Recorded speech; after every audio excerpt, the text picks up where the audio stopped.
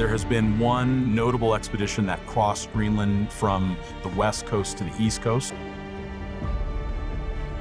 but no one had even considered trying to do it from south to north. It had never been done before. We had this amazing team of people that had finally come together, and we've got to do all of this in 3 weeks. The goal is simple, and that is to reach Wolfland. Emil's truck went into the lake, cracked through the ice. It's not good.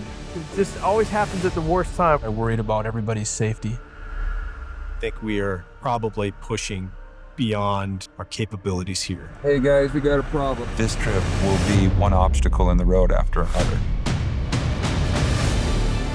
Drive for 2 or 3 days, camp once.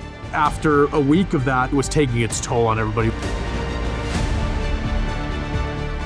I told you a couple times before I left that this would be the biggest adventure I ever did.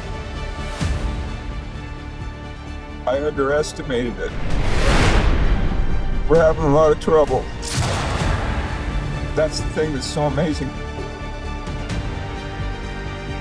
These guys just keep going.